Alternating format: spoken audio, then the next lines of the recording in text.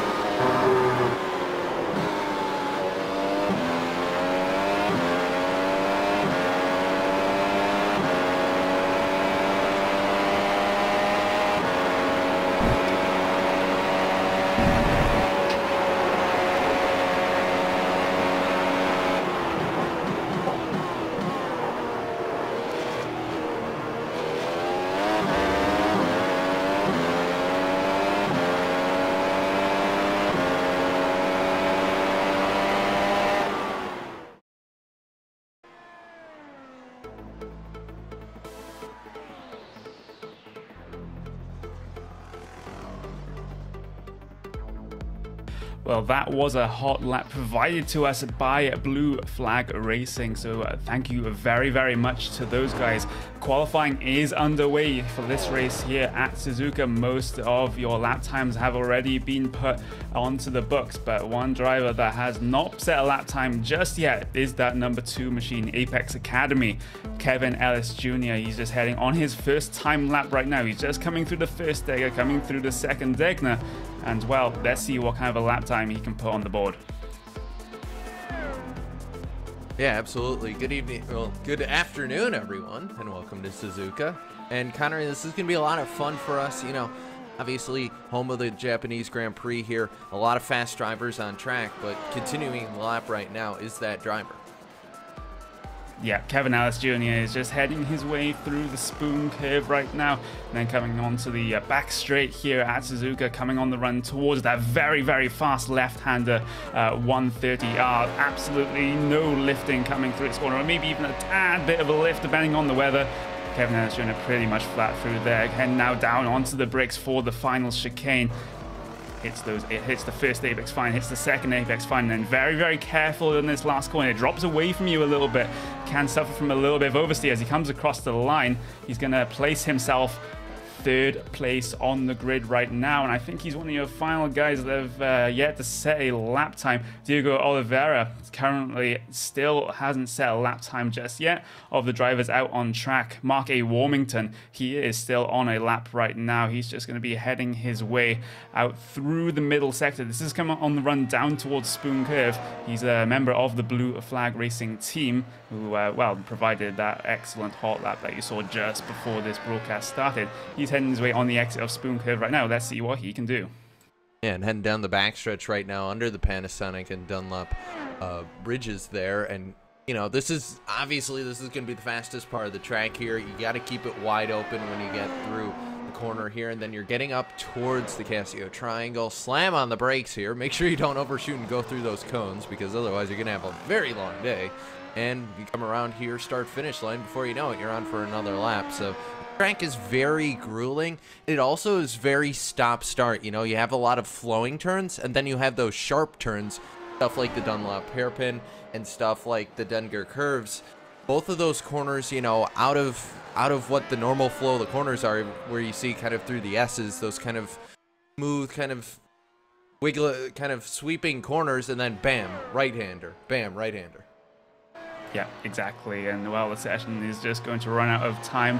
10 seconds to go in the session. It's pretty safe right now to go over your starting grid for this afternoon's race. Putting it on pole position, it is going to be Marcus Jensen with a 1:30.8, the only driver in the 1:30s in this whole field. Then lining up next to him, it is Kazuki Umashima. Then Kevin Ellis Jr., good qualifying time, puts him in 3rd place on the grid. Michael Partington, 4th. Ruslan Sabitov, 5th. Dan Brewer lines up in that 6th spot. Calistrani, 7th. And Leonardo Schmidt, 8th. Marky Warmington, 9th. Mano Domingo, 10th. Ryan Parkins, 11th. Evan Lathuris, 12th. Daniel Nugueras, 13th. Joel Mascheroti, 14th. Dennis Branch, 15th. Yannick Danish, Sergey Saragara, Reynaldo Augusto, Oli Quokka, Tyson Mayer, and Diego Oliveira. Not setting a lap time, he will have to start from the back of the grid, or alternatively the pit lane. So your driver's just going to line up on the grid right here at Suzuka. We're just waiting for a couple more drivers, namely I think there was Evan Lathuris, and your whole of your second row still have yet to grid right now. We still have about 1 minute still if they don't get going, as they decide to head towards the grid right now. But can't be too long until we see the green light on the starting Grand Prix, and then we'll get this what is going to be a half distance race in terms of Grand Prix racing. So we're not expecting a stop here. The track temp is a little bit too low for these tiny tires to go off that quickly, as we're just waiting for your 5th place position right now. That is going to be Ruslan Sabitov, just yet to head his way to the grid. No pit lane starters, as actually he's going to head his way to the grid right now. I think this is a full grid. And we're just going to wait for those V6 turbos to rev. Here we go, green flag racing here in the iRacing Grand Prix Series. Fantastic start from the number 8, Michael Partington. Is going to head his way down the inside of turn 1 on Kazuki Umashima, not able to make the move done. Now he's going to come under threat from Matteo Calistrani around the outside of turn 1 and 2. And a little bit of contact there. Michael Partington's going to have to head towards the grass. He's going to keep it on track though. More crashing behind though. Ryan Parker's huge instant coming into the S-curves. Yeah, and he was trying to get back on track right there, and cars absolutely everywhere. The TNT driver of Leandro Schmidt just nowhere to go in that sense. He had the car coming on off the grass onto the track, and he just sort of got pinched, got hit from the left side, and huge contact right there, and big problems early in the S's. Yep, that's going to be at least 3 cars involved, 4 cars involved, actually, as I'm watching the replay. And we're going to see a replay of that after lap 1 finishes, but a good amount in your field have had contact in the S-curves on lap 1 of this race. Returning to the live, though, it is going to still be Marcus Jensen currently leading the way. Kevin Ellis Jr. has made his way up to that 2nd place spot. Then it's going to be Kazuki Umashima in 3rd. Then it's going to Matteo Calistrani up from 7th to what is 3rd place right now. Fantastic moves from him coming throughout the field, but he's going to come under threat from Ruslan Sabitov, maybe coming down into 130R. That's going to be a very, very brave move, but he does not go for it. Maybe down onto the brakes, coming down into the final chicane. Not going to make the move, though. And there's side-by-side behind. That was Warmington and Manu Domingo just having a little bit of contact in the Casio triangle. Marky Warmington's going to lose 2 spots. Yeah, and Branch is going to get past him here, and he's going to try to get a little bit of sniff of a slipstream behind Domingo. Meanwhile, up front still, Sabitov is right behind Calistrani here, as I believe we're going to get a look at the replay of the start right here. That was they just ran out of room right there, and I just don't think they were going to make it either way. Everyone was being so aggressive, and eventually they just ran each other over.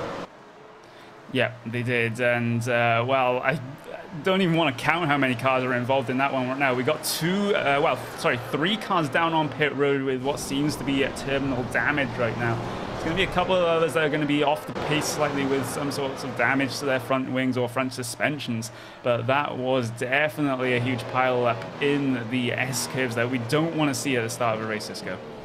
Yeah, no, we did not want to see that to start off, but everyone single file for the moment here. So the field has gotten spread out here. Not exactly what we were hoping, would cause that situation, but it happened nonetheless. And for these guys now, it's just a case of, all right, now I got to focus on my line, got to focus on catching that driver in front of me. Yeah, they do. In terms of gaps at the front, though, is Marcus Jensen just pulling away slightly. Kazuki Umeshima did manage to get past Kevin Ellis Jr. on that last lap, so will be scored in the second place this next time by. So it's going to be Apex Racing UK versus Radicals Online. It's Ollie Quokka and Michael Partington we were just looking at. Ollie Quokka making his way around the outside right there of Michael Partington. He's had an absolutely terrible start to this race. Down 10 positions. Actually, he's going to head his way down pit road. I wouldn't be surprised with how mangled that front wing looks. Yeah, no, that car is not happy at all, so probably a replacement wing coming on for that car. And Partington just looking for the pit stop for his pit box right here. Hopefully they can get that repaired and send that car back out. Yeah, they definitely will be. They definitely will be able to get it repaired. But if he has any suspension damage, well, there's not really much they can do about that, and he's going to have to suffer with it for the rest of this race if he does decide to come back out. But looking towards this battle for fourth place right now, this is Matteo Calestrani, Ruslan Sabitov, Dan Brewer, and Manu Domingo. They're all in a relatively close pack together. You can also count Dennis Branch in that pack as well. And Marky Wallace and Anna from the throws. Okay, it's going to be a, well, considerably sized train for fourth place right now. And, well, DRS is going to be active this lap. You would have thought we're 3 laps into the event right now. And Sabitov getting relatively close to the back of Calestrani. Not close enough to make a move just yet, though. He's going to sit in the draft on the run down towards 130R. Yeah, and hopefully he's going to try and gain a little bit more ground as they get to 130R here. Maybe try and make a move into the triangle. Great line through there. Just wasn't able to. I don't think he's not going to be able to make it a thing. Nope, wasn't able to get it in the triangle. So coming out as they head towards last curve, he made up a ton of time, but he's just not close enough to do anything with him yet. Nope, not close enough, and that is going to be DRS open of the car of Ruslan Sabitov. He's going to make his way down the inside. There was a car coming out of pit lane there that could have caused an issue. That was Tyson Mayer, but Sabitov not able to make the DRS pass stick coming down into turn 1, and now he's just pulling a little bit of a gap over Dan Brewer behind. He's just Dan Brewer's just falling behind by about a 10th, well, 10th last time by that was. And then Manu Domingo is catching Dan Brewer just a little bit as well. And as they head their way through this, through this S-curve section, Tyson Mayer just trying to get out of the way of pretty much everyone. But trying to follow a car close, coming through that S-curve section is very, very tricky, especially in cars with such high downforce as this. You just have absolutely no front-end grip if you're tucked right underneath the gearbox of a car going through that section. Yeah, you absolutely have no grip. And speaking of no grip, Tyson Mayer just decided to have an off-track excursion through the grass. He has not had a good race at all, sitting 19th currently. He is still on the lead lap, but just not really having a good race right here. Actually, no, he is 1 lap down, so, well, it's just not working out for that Red Bull car. No, it is not as well. Marcus Jensen is still extending his lead at the front of the field right now. He extended it by about a 10th of a second last time by. But Kazuki Umeshima, he's not falling too far behind right now. They're going to head their way out the final corner. Let's see what the gap is this time around. It's just going to come down a bit, in fact. Kazuki Umeshima managed to gain around about a 10th of a second on Marcus Jensen that time by. So that is very, very interesting indeed. Meanwhile, behind them, Kevin Ellis Jr. just fell back 2/10 of a second. So he's, well, not catching on to the back of these guys at all, as the race has just become a little bit stagnant right now as people just try to find their footing in this race, and especially after that earlier incident. The closest battle on track right now is that battle for P4 between Calestrani and Sabitov. Yeah, and, you know, those guys coming through the last part of the S's here as they're heading up towards the danger curve. Sabitov, he's once again just not close enough here, so he's got to try and make up some time when they get up towards Dunlop and then Spoon Curve as well, as Sabitov continuing close in, but I think Calestrani just has a better run right now. Yeah, I think he does as they head their way down into the hairpin turn. Not the most ideal entry there for Calestrani. Took it a little bit too shallow for my liking. But, well, it's not really too much of an issue for him as he does keep Sabitov behind him as they head down into Spoon Curve. as he follows him very, very close through there. But how close can he follow with all of that front end downforce being lost because of all the dirty air? Now he's going to head on the run down towards 130R. Is the DRS going to open this time? No, there's no DRS zone in this section actually, so that's only going to be on the start-finish straight if Ruslan Sabatov wants to use it. He's very, very close coming down into the braking zone for the Casio triangle, and now he's going to be in the DRS zone coming across the pit straight now. But he doesn't get a good run out of the final corner. Calastrani much more confident on the throttle coming through that section. Sabatov is going to have the DRS, going to reduce his drag coming down the straight, but it's not going to be close enough coming down into turn one. He almost makes a hopeful move on the brakes, but it's just not happening. He's not getting out the run out the final corner that he needs. Yeah, he was so close that time. If he's this close, I think coming onto the front stretch, that's probably going to be his chance to actually be able to use that DRS to get by the car in front of him, but I just don't think he's going to be able to do it with, you know, if Calastrani continues to open up that gap on Sabatov through the rest of the circuit here, because Sabatov gets really close to him going through the S's, and Calastrani just walks on him here. But Sabatov, for his credit, he's keeping up a pretty good pace right now. Calastrani slowly pulling away, though still, once again, not a great entrance into the hairpin there. Yeah, you just saw Ruslan Sabatov take a much wider line on the entry to the hairpin, helps him carry much more speed through the apex and then through to the exit of the corner. But again, I'm just seeing Ruslan Sabatov's lights blinking on the back of his car. That means he's going to be harvesting ERS well, electricity whenever that happens. So that means he's a little bit down on the straight line whenever that flashing light on the back of his car blinks on and off, as it does right now coming down this back straight. I'm not seeing that as much from the number 10 of Matteo Calastrani's car, though, so that may be interesting to take into account, as they're going to be very close coming down into the Casio triangle there again. And now this is crucial for Sabatov to get a good exit out of the final corner and then make a DRS pass coming down the straight. But again, Matteo Calastrani is absolutely nailing that final corner, but he's going to lose momentum on the straight, and Sabatov does have DRS, again, not close enough. So this is very, very smart from Calastrani at the moment. He's just trying to maximize that final corner, not allow Sabatov to get around alongside. Yeah, I think that's his play right now. And Sabatov, he just needs to have a little bit better final run through the final curve and the triangle, and he should be able to hold on to the back of Calastrani, or he's going to try something in the middle of the circuit.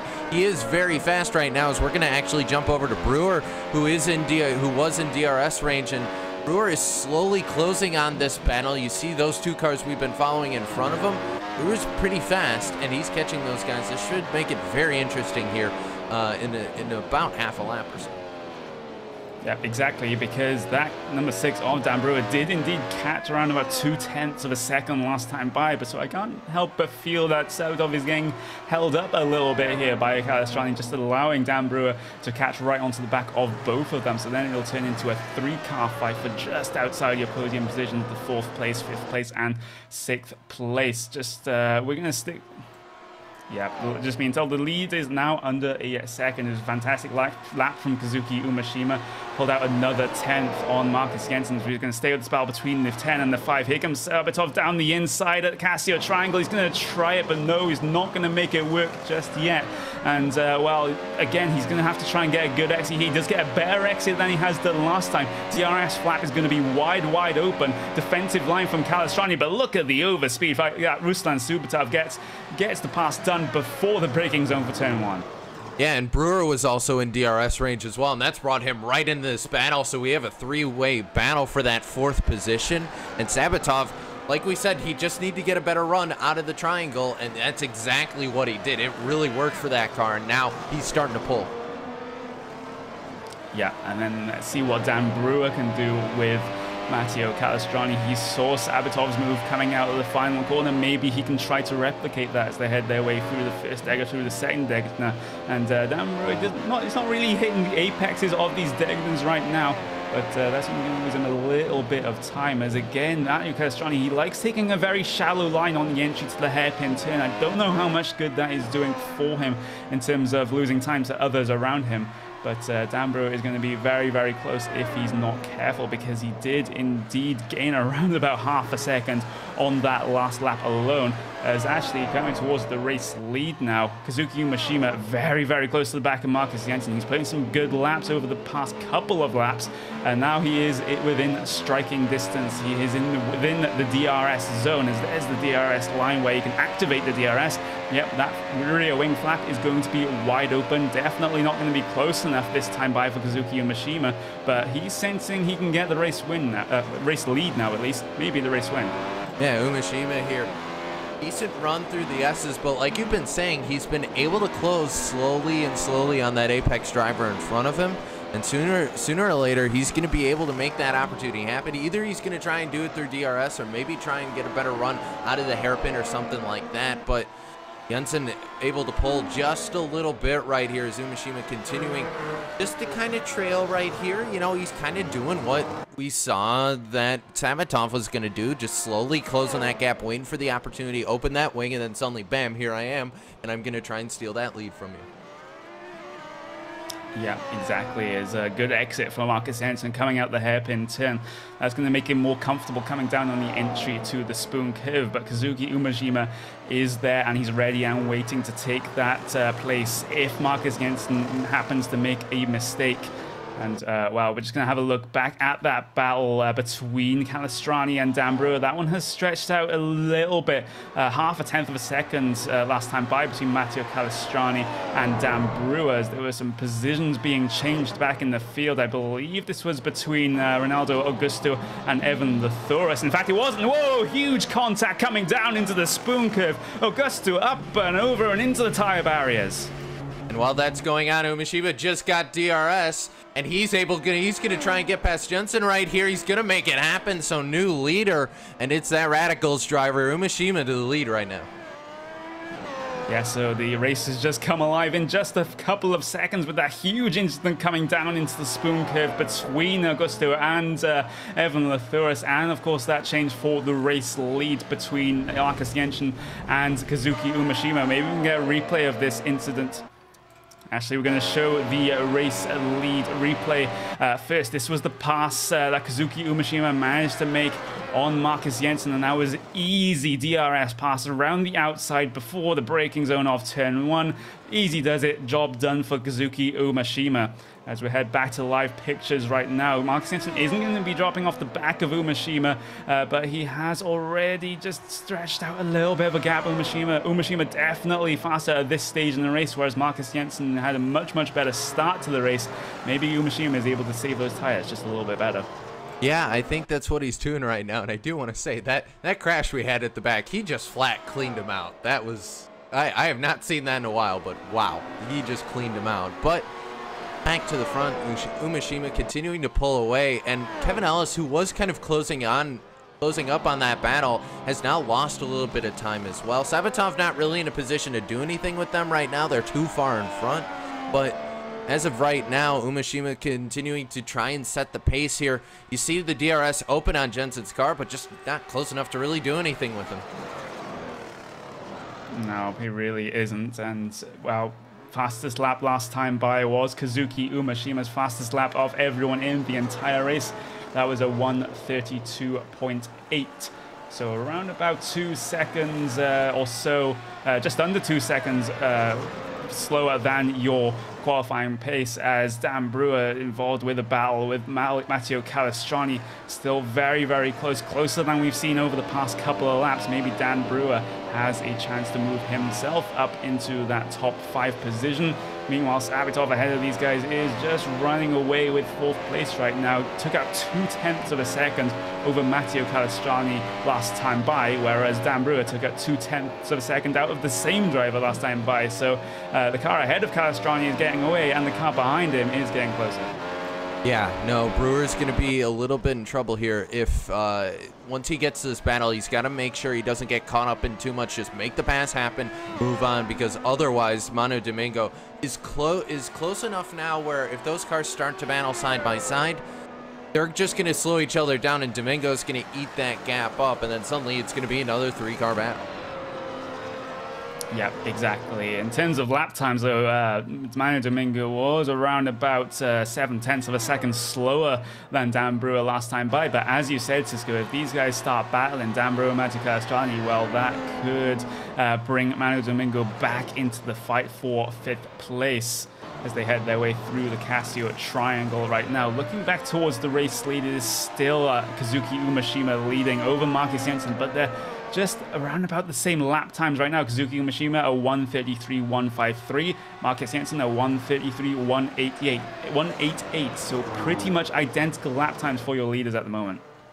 Yeah, and you know, we keep flashing back to this battle with Brewer. Those are the closest cars that we're going to see on track right now. And it's just one of those cases where we're just looking to see where he can set up Castrani here. I think we're pretty positive all the passes are going to happen on the front stretch, Connery on the pit straight, because I just don't think I don't think Brewer has a fast enough car to be able to get it done anywhere else on track right now. Yeah, that looks like it's going to be the case right now. As you said, this is the closest battle on track right now, the battle for P5. Mathieu Castrani and Dan Brewer, they head their way down into the hairpin turn. I think that shallow line for Mathieu Castrani is just the way he likes to drive that corner. And, well, some drivers have some preferences over how they take corners, whether it's aggressively or a little bit more tentatively, making sure you get that apex very, very consistently as they head their way through Spoon Curve. Right now, a little bit of a twitch there we saw from Mathieu Castrani coming through the middle of the Spoon Curve. That's not going to help him at all, as Dan Brewer will have the slipstream coming down this back straight. It's just going to close up. But look at that. You can just see that gap visually getting closer as the seconds tick by on that back straight. And Dan Brewer may have an opportunity coming down the inside of the Casio Triangle. That was a late move from Dan Brewer. He's not going to get it, though. But if he gets a good exit here, like Sabatov did just a couple of laps ago, then Castrani is going to be very, very vulnerable indeed. DRS wide open for Dan Brewer. This is going to be very, very, very easy for him coming down the pit straight. I don't even know why he tried to make that move, Connery. I mean, we knew he was going to have DRS on the pit straight, so why even try and chance it with the dive bomb down into the triangle? But nonetheless, he got past him here. I don't really think the dive bomb was honestly very necessary. It could be the case, I'm probably wrong about this, but it could be the case he wanted to scare Mathieu Castrani into messing up the Casio Triangle so he didn't get as good of a run coming out of the final corner, so he was actually able to make that DRS pass. That could be what has happened, because it was what happened between Sabatov and Castrani. So I wouldn't be surprised if that was the case, as now Dan Brewer is going to move himself up to P5. Castrani is just going to put himself down into that 6th place, but he has a little bit of respite here because the driver behind him, if the liveries are anything to go by, is his teammate. So, well, he can rest just a little bit right there, but depending on what the team order situation is between those two drivers, well, Manu Domingo may be up for a fight as well. And meanwhile, we're going to flash back to your leaders here because Marcus Jensen is slowly just keeping an eye on Umeshima. The gap was down to about 6/10 right here, and Jensen was in DRS range. He's not close enough to do anything right now, but that gap has slowly been closing again. It has. It was around about 1.5 tenths last time by, in fact. And, well, Marcus Jensen maybe just replying a little bit at this stage in the race. We're not yet at the halfway point. We're on lap 14 of this 35-lap race. And the closest battle on fight is closest battle on track, shall I say, is going to be this fight between Castrani and Manu Domingo. Domingo is definitely within DRS range of his teammate right now. Let's see if he takes the fight to him.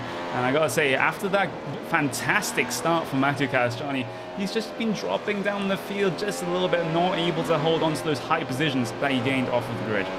Yeah, and Manu here is, I think he's just going to wait till the front stretch. I don't think he's going to try a dive bomb on his teammate. At least I wouldn't if I wanted to keep my place at the team. So he's probably going to wait until the front stretch. Teammate, I'd say just let him by at this point and just worry. That way, you know, you don't have to worry about having to battle with your teammate, losing time. I mean, the car behind him, Mark Wormington, he's a little ways off here, so you don't want to be wasting time going side by side. No, you don't. And I'm just going to have a little bit of a look down the field right now for any other battles going on. There's still going to be, well, the only one close down the field right now is going to be Oli Kwokka and Jolmas Jarote, but they have a pretty considerable gap of just a couple of seconds between them. So this mid-pack battle between Calastrani and Domingo is going to be the closest one on track. They're going to head their way through 130R. If you're wondering about pit stops, it is very, very unlikely that we'll be seeing one during the course of this race. It's only a half-distance race, and well, actually, Calastrani is going to prove me wrong as I was just making my statement. He's going to head his way down pit road, and well, this is within a pit window. If these guys did need to stop, if the weather was a little bit too hot for these tires, maybe Matteo Calastrani, now noticing that he's a little bit off the pace compared to the others, maybe he's going to take a gamble. He could be just trying to tire gamble, maybe get some fresh rubber on that McLaren and maybe try and fly up the order with the fresh tires. But with the cold tires here, I mean, it is before halfway, so he is going to have the advantage. Do you think he's going to be able to get up to the place he was, though, Connery? Because that's an awful far way up the grid. It does, and well, during the pre-race briefing that we had just before this race, it said that, well, if the track temp is not above 40 degrees, then there's probably not going to be a pit stops, and well, we've just seen one for Matteo Calastrani, so that's very, very interesting to see. 28.9 seconds on the pit lane for Matteo Calastrani, and that is pretty much his gap to the race lead right now, as he's down in the 14th place right now. He's just a couple of seconds behind Jolmas Jarote, who's going to be the next car down the road for him. And well, that has definitely thrown into a spanner into the works, shall we say. Let's see if anyone else comes down pit road in the next couple of laps. Your leaders have stayed out. There's, I mean, no one I can see coming down pit road. Will Mano Domingo come down pit road? And no, he's going to not. Well, Sabatov is actually going to come down pit road. That is very, very interesting. We didn't really expect this coming into this race, but your driver is deciding that these tires cannot last to the end. At least some of them are. Yeah, and I think it's one of those gambles where I think they're just trying to find a little bit extra speed. But I'm interested to see if we're going to see the top guys pit. And more importantly, is Umeshima going to be able to hold on to that lead? Because it's been back and forth. It was down to 6/10. It's back up to 9/10 now. So it keeps fluctuating here. Is Jensen just waiting to get on the fresh rubber at some point? Or is he going to stay out on the old tires through the entire race? I mean, we assumed they weren't going to pit here because the tires weren't going to be stretched enough to warrant it, Connery. But, I mean that's they keep pitting as we're going to jump over to Mark Wormington, who has caught up to Mano Domingo here. Yeah, he really has, and maybe with keeping an eye on the lap times of those guys that have pitted, Ruslan Sabatov, Matteo Calastrani, to see how they stack up compared to the rest of the field. But as you said, it is going to be this battle between Mano Domingo and Mark A. Wormington, which is going to be the closest one on track right now. Mark A. Wormington took a whole second out of Mano Domingo that last time by, so he is absolutely flying right now. Or Mano Domingo has made a mistake over the course of that last lap. It's never, well, we never can be quite sure, but Wormington definitely in a threatening position right now on Mano Domingo. They're going to head their way through the Casio Triangle. Let's see if they get a good, if Wormington gets a good run coming out of the final corner. Decent run. He's going to have DRS, so he may have a chance at the pass coming down into turn one. He's going to close up. He's going to stick that car in the slipstream.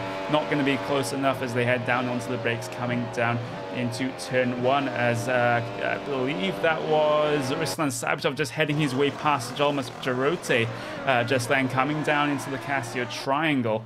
And, well, he's one of these guys that have stopped during the course of this race. There's the replay on the screen of that relatively decent pass coming down the, coming down run 30R. That's relatively dangerous.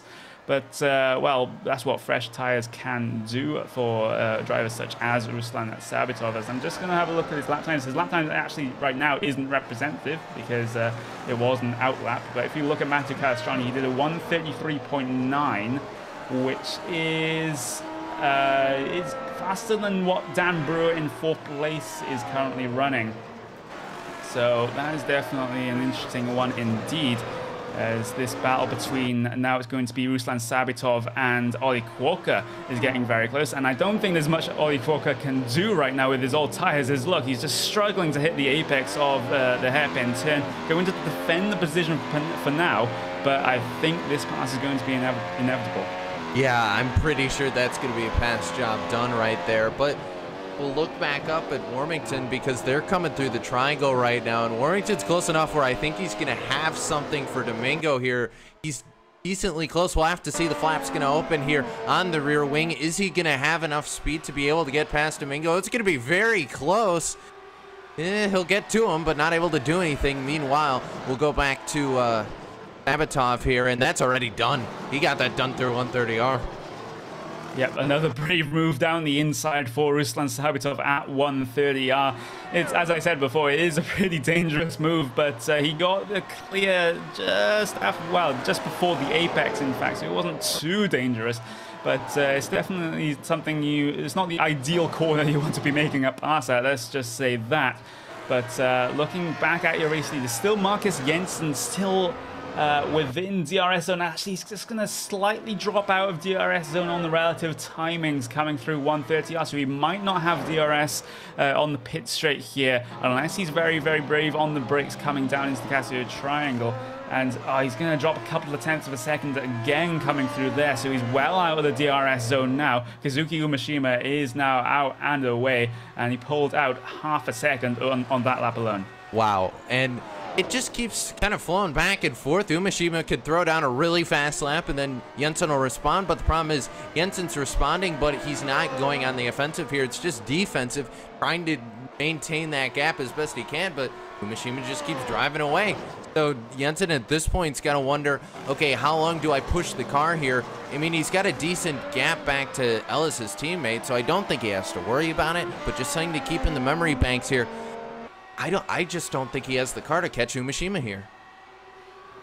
No, I don't think so either. It just seems like Kazuki Umeshima has been much kinder to the tires over the course of this race, just allowing him to pull away bit by bit during the latter stages of this race. As we're into the final half of the race, Yannick Danish is going to head his way down pit road. He's one of these drivers that we haven't really talked about, but he was up into 9th place just before he pitted from 16th on the grid. So he's been making his moves just very, very quietly, and we haven't really been paying much attention to him. Ollie Quokka also down on pit road. So some of your mid-pack runners deciding that these tires can't last until the end. Meanwhile, Kazuki Umeshima, Marcus Jensen, Kevin Nash Jr., Dan Brewer, they're all deciding to stay out, thinking they can make it to the end.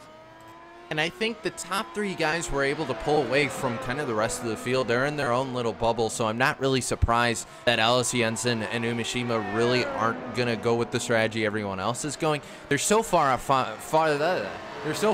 in front that they don't have to worry, really. They just have to worry about what each other are doing. They don't have to worry about what the rest of the field is doing because they're so far in front. I mean, it's 1 second back to Jensen, 7 seconds back to Ellis, and then 31 seconds back to Brewer. That's how big the gap is right now.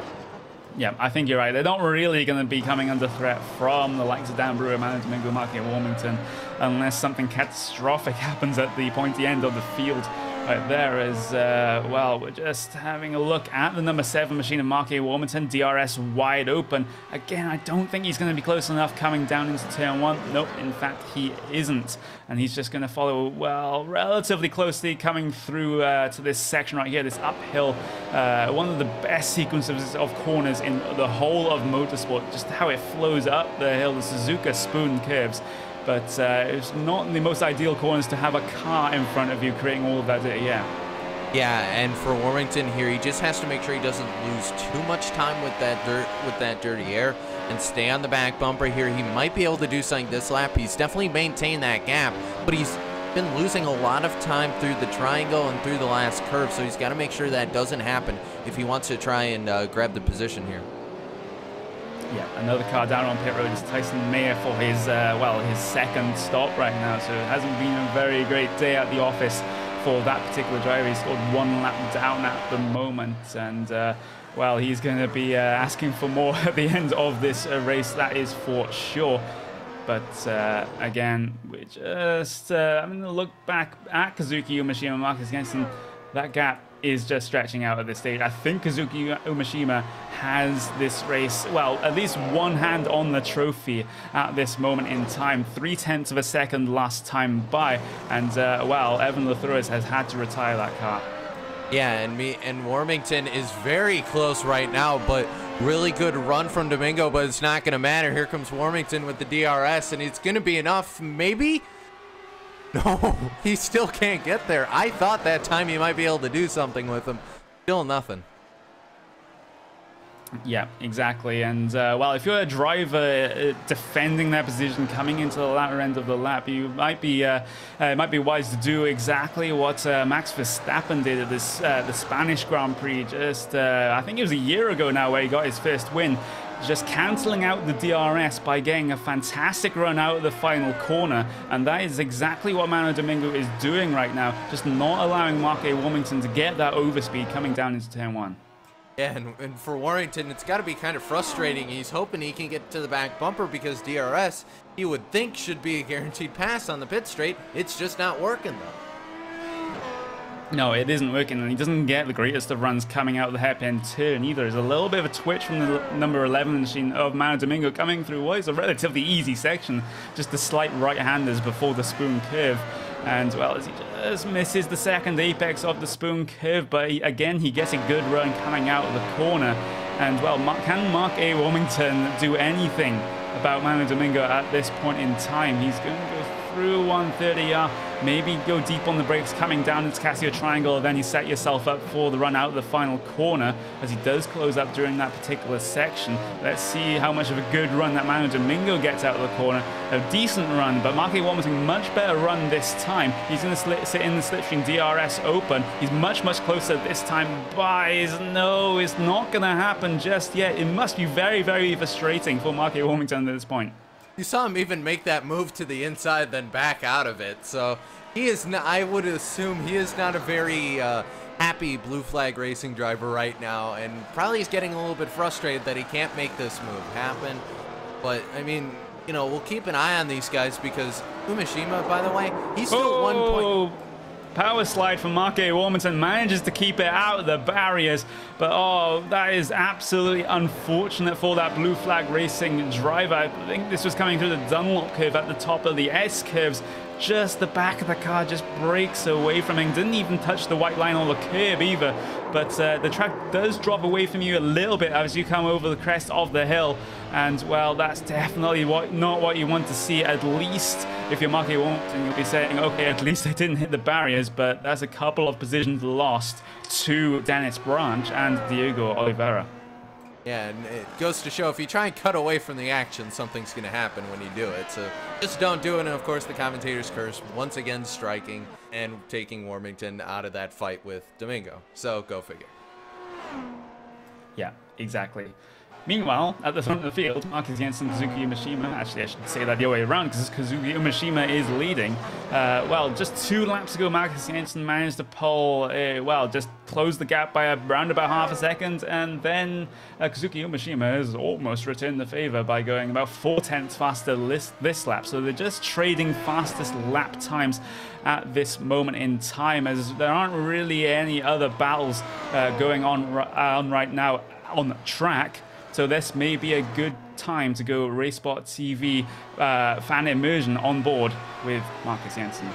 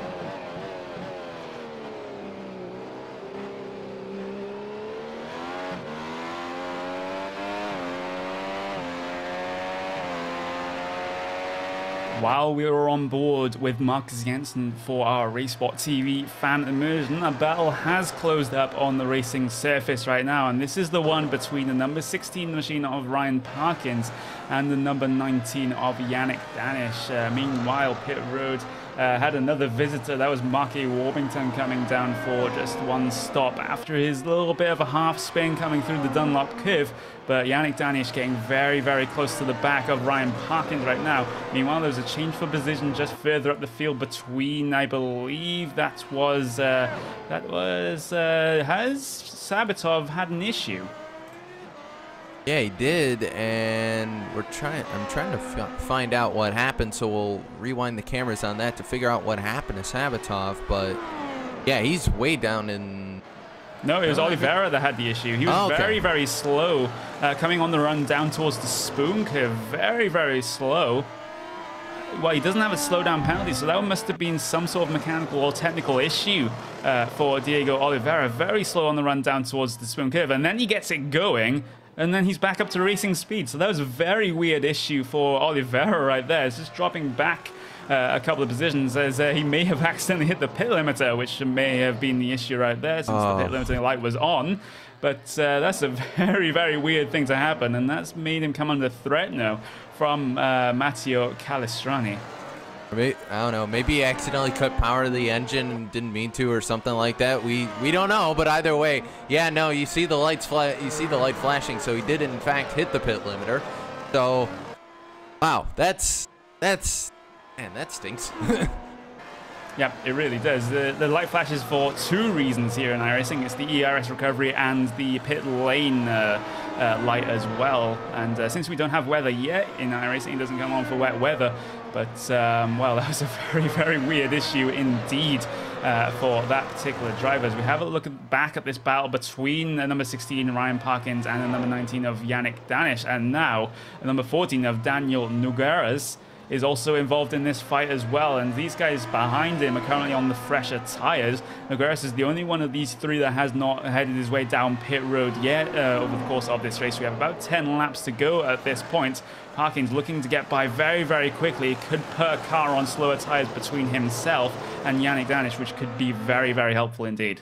Yeah, I think Danish here just has to wait for Parkins to make that move on Nogueras, and then, oh, there it is. It's actually going to be right there. Nogueras actually just let him go, so easy pass done. Oh, actually, no, he didn't, because they're going to go side by side into the triangle. Oh, don't make any contact, boys. They don't, but once again, Danish was able to just sit behind, wait for that to happen. Now Danish is going to have DRS here, as I believe Daniel might. Yeah, so this is going to be DRS party, and Danish says thank you very much. Goodbye. Yeah, exactly. And meanwhile, Manu Domingo has had his own spin in the latter end of the S curves. The number 11 machine, oh, he's just going to lose one position, I think, to Dennis Branch as a result of that spin into the gravel. And, well, a couple of drivers just having a little bit of a lapse in concentration right now, which is kind of understandable coming towards the end of the race. Meanwhile, the gap at the front stretched to 2.2 seconds on the relative timings, 2.4 seconds last time by across the line. Kazuki Mishima definitely one hand on the winner's trophy right now, but look ahead of him. Look at that traffic. This was the battle between Parkins, Danish, and Nogueras, and your race leader is going to come up and just lap them. Yeah, and Umishima's got to be careful here. Don't get involved with any sort of contact or anything like that. Nice clean passes through here. That's all he has to do. Meanwhile, Parkins and Danish, you still see them continue to be close. Danish probably going to get the DRS here once they get to the pit straight. Yeah, that may well be the case, as he may have an hopeful move down the inside of 130i. He certainly looks pretty close to be able to do that, but I don't think it's going to happen. He has a little bit of a think about it. He just moved a slight bit to the left-hand side just to suggest that he may sling one down the inside there. But it's just not going to happen for Danish at the moment. But this corner is one of the most crucial corners on the whole of the racetrack, and he gets a good run coming out there. Here comes the DRS pass. He's not going to sit in the slipstream. He's actually just going to sit out of the slipstream there, interestingly enough. And, well, that's definitely not what I would have done. But then again, I don't race anymore, so what do I know? I think probably what Danish was thinking here is if he made that move, Parkins might have been able to come right back at him. If he waits and just sits on the back bumper of Parkins, gets that DRS pass done, he might be able to just pull, and Parkins may not be able to actually pass him back the next lap. So that could be what Danish is thinking right now. Meanwhile, in terms of the battle for the race lead, because of all the dirty air that Kazuki Umeshima is in right now, this has just allowed Marcus Jensen to close that gap up to around about 1.6 seconds right now as Umeshima makes his way by Yannick Danish, not giving him too much of an issue. But then he has Ryan Parkins to get by as well, and those blue flags will be displayed for Ryan Parkins as, Ryan Parkins on very, very old tires at this stage. So is Kazuki Umeshima, to be fair. But, well, he's one of the best drivers that we have here on the series, having that, that World Championship license to allow him to compete in the iRacing World Championship Grand Prix Series. And, well, new or old tires, he's always going to be very, very quick. Meanwhile, Marcus Jensen still has yet to pass this lap traffic. And, well, all that hard work to try and close up that gap is going to be undone if he can't get past these guys quickly. Oh, and wow, and Danish is going to go very wide through the triangle right there. So that's first car done for Jensen there. And Ryan Parkins just got a gift because Danish got out of the way of Jensen, but doing so lost all that time. He does have fresh tires, so he probably will catch Ryan Parkins before the end of this.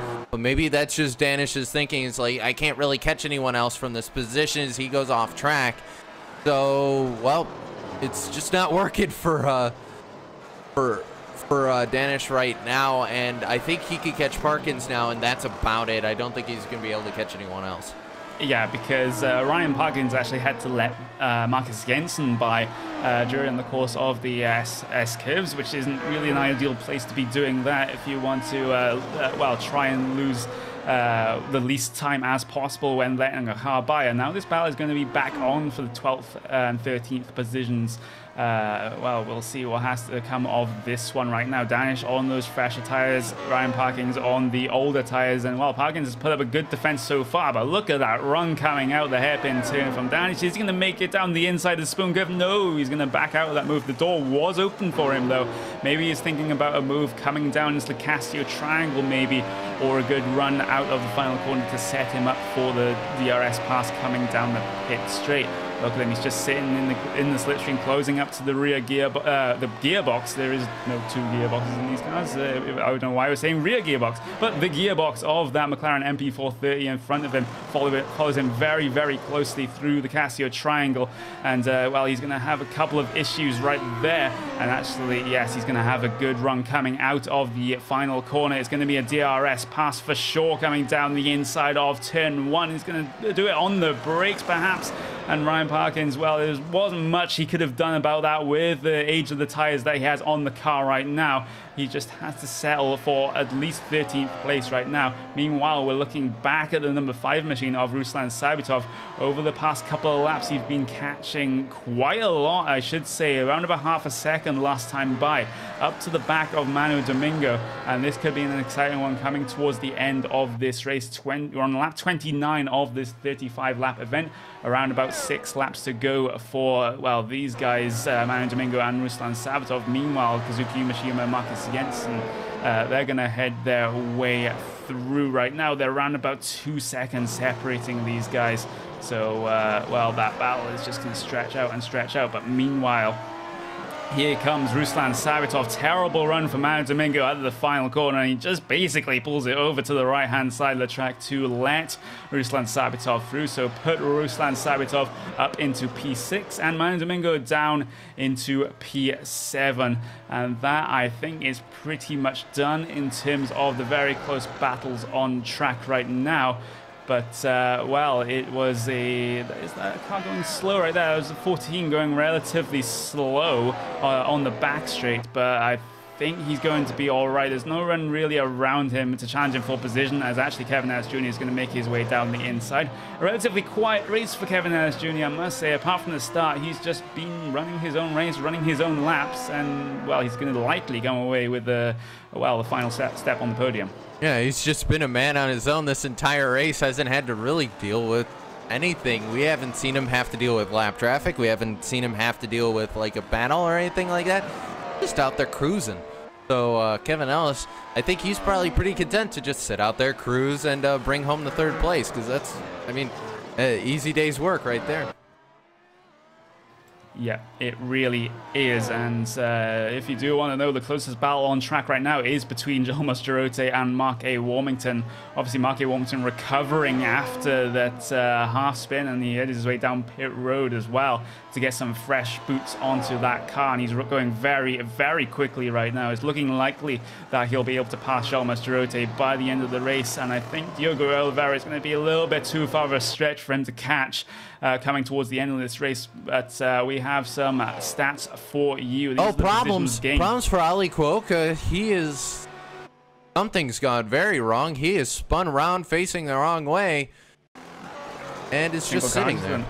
Yeah, single car incident coming through the second Degner right there. Oh, he gets a huge amount of the exit curb right there. Just the car just lost traction, sent him spearing towards that inside Armco barrier, and that is going to be the end of Ollie Cuoca's race. And what a way for it to end as well. Just all on his own, no one around him, and sometimes just a simple mistake like that can cost you your race. And I have to wonder if the sitting there after the wreck was just a little bit of frustration out of that driver. Unfortunate that, you know, it had to come to an end like that, but, well, sometimes something just doesn't go right, and unfortunately just got a piece of the zebra curves. That's all it was. That's all it took, and Ali Cuoca went from having a pretty decent race to putting that car on the rollback, as we're going to go side by side with a little bit of teammate racing right now. Yep, and that was Matteo Calastrani just getting around Manu Domingo, and Manu Domingo was very, very courteous right there with his teammate, just letting him go by through just before 130R.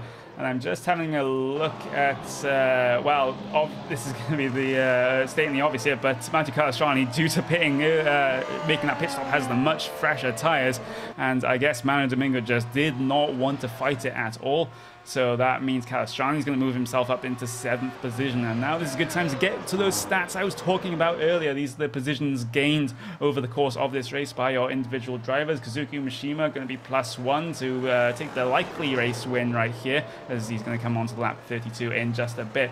The biggest mover, though, in your whole field, Mark Warmington, is just going to get past Joel Mastrote. I called that just a couple of laps ago. Fresher tires completely and utterly just demolishing the older tires that Joel Mastrote has. So Mark Warmington is going to be moved up 1 spot. Meanwhile, I'll just get back to what I was saying. The biggest mover in your field right now is the number 3 car of Diego Oliveira. He's up 12 positions on his, well, that was basically a back of the grid start for Diego Oliveira. So a fantastic run for him throughout the field. Yeah, and for Warmington there, you know, once again, the fresh tires. Remember, he had that spin and flat spotted those tires, came down, got new tires. So he's trying to make up as many places as he can, Warmington is. So running out of time, though, he's only going to have about 2 laps here to be able to do anything. And well, actually, he'll have about 3 laps, Connery, before he's going to run out of time to be able to do anything else. But Warmington, yeah, 12 seconds up to Oliveira, probably not going to happen. Probably not, but one battle I am watching closing up bit by bit, though, is the one between number 18 machine of Dennis Branch and Ruslan Sabitov. Because Sabitov has the fresher tires right now, he is catching by around about 1.3 seconds a lap. That is going to be very, very close coming towards the end. So this is definitely one to keep an eye on. Can Ruslan Sabitov, with those pressure tires, manage to catch and pass Dennis Branch? This is going to be the one that we're going to be watching right until the end of the race. Cisco, do you think he can do it? We're going to have to see. He's just got to push this entire race to get back up there. But you can see the car twitching while he's driving it. He's driving the wheels off that car. Oh, and looks like problem with Domingo. Oh, yeah, Domingo. Oh, he's absolutely crabbing that McLaren MP430 at the moment. And it's the same sort of incident in the same sort of area that Mark A. Warmington had. Just coming over the crest in the Dunlop curve. Oh, just going to spit him out towards the outside of the track. Just the rear end of the car just broke away from him, and heavy impact with the barrier right there. And that is very, very, very terminal damage to that McLaren. Yeah, that was a huge hit right there. That was painful to watch. But yeah, that's the end of that car. That's another tow, and once again, another single car incident. And just at the end of these races, that's 2 drivers now that we've seen have a single car incident and have to put it on the trailer and leave on the rollback. So unfortunately for both those guys, you know, single car incident, just, man, that's got to be frustrating. It has got to be, and well, that's the second time we've seen a driver have issues during the Dunlop curve right there. Meanwhile, this battle between Dennis Branch and Ruslan Sabatov, again, it's going to be around about 1.2 seconds that Sabatov has taken out of Dennis Branch right now. The current gap stands at around about 2 seconds at this point.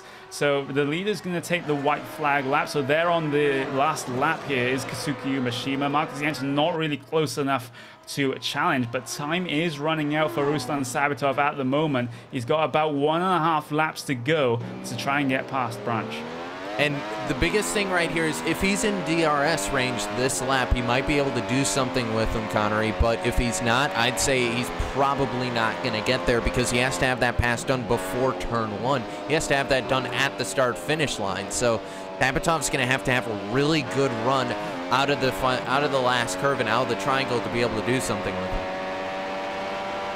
Yeah, exactly. And the gap is going to be very, very close as they come across the line next time by.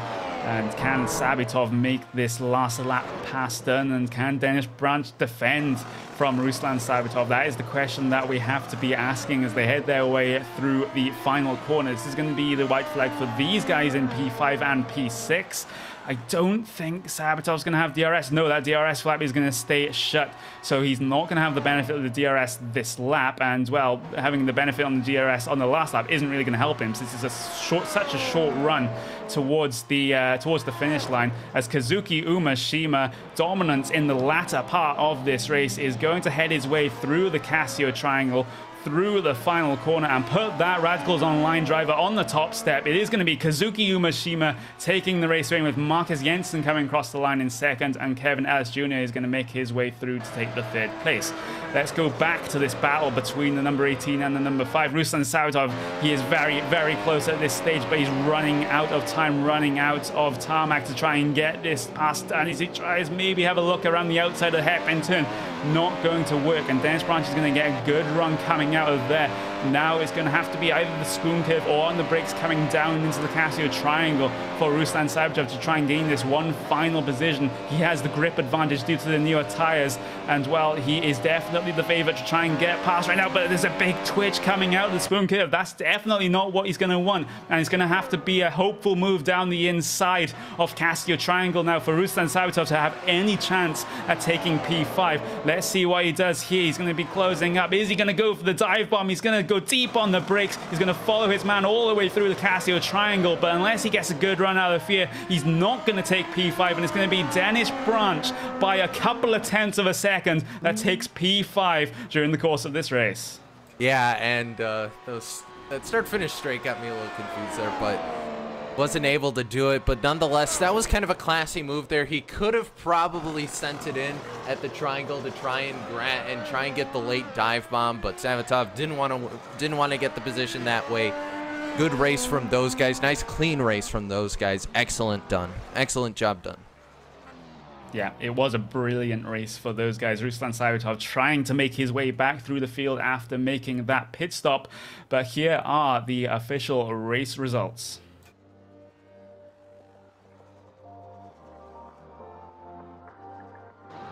It's going to be Kazuki Umashima taking the top step of the podium, with Marcus Jensen having to settle for the 2nd step, and Kevin Ellis Jr., well, he's going to come home in a very, very respectable 3rd place. Dan Brewer is going to finish 4th. Dennis Branch holding on by a 2/10 of a second, holding on to that 5th place, with Ruslan Sabatov having to settle for 6th. Then it's going to be Matteo Calestrani in the 7th place, Diego Oliveira 8th, Mark A. Warmington, after a troubled race, comes home in 9th, which is still a decent finish inside of that top 10. And then the final car inside the top 10 is going to be Jolmas Girote, 1 lap down. And the rest of the cars 1 lap down are going to be Yannick Danish, Ryan Parkins, and Daniel Nogueras. And then the cars are multiple laps down: Manu Domingo, Oli Coca, Tyson Mayer, Evan Lathuris, Ronaldo Augusto, Michael Partington, Sergei Sergera, and Leandro Schmidt. Well, that was an absolutely brilliant last couple of laps there, shall we say, between P5 and P6. Unfortunately, it did not happen for Ruslan Sabitov, but he gave it a good try. Yeah, no, excellent try from Sabitov to try and get that position. And meanwhile, up front, hats off to Kazuki Umeshima, was able to track down Jensen, pass him, and then pull out to a 2-second gap at the end of the race. So Umeshima, he won this thing through and through. Yeah, exactly. 2-second gap at the end of what is basically a half-distance race is definitely nothing to be sniffed at, as, well, I don't think we have anyone to interview. No one's come into the commentary booth to give their final words after this race, but that is all we have time for. If that is the case right now, this was a brilliant race from Suzuka Circuit in the iRacing Grand Prix Series. We'll see you all same time next week.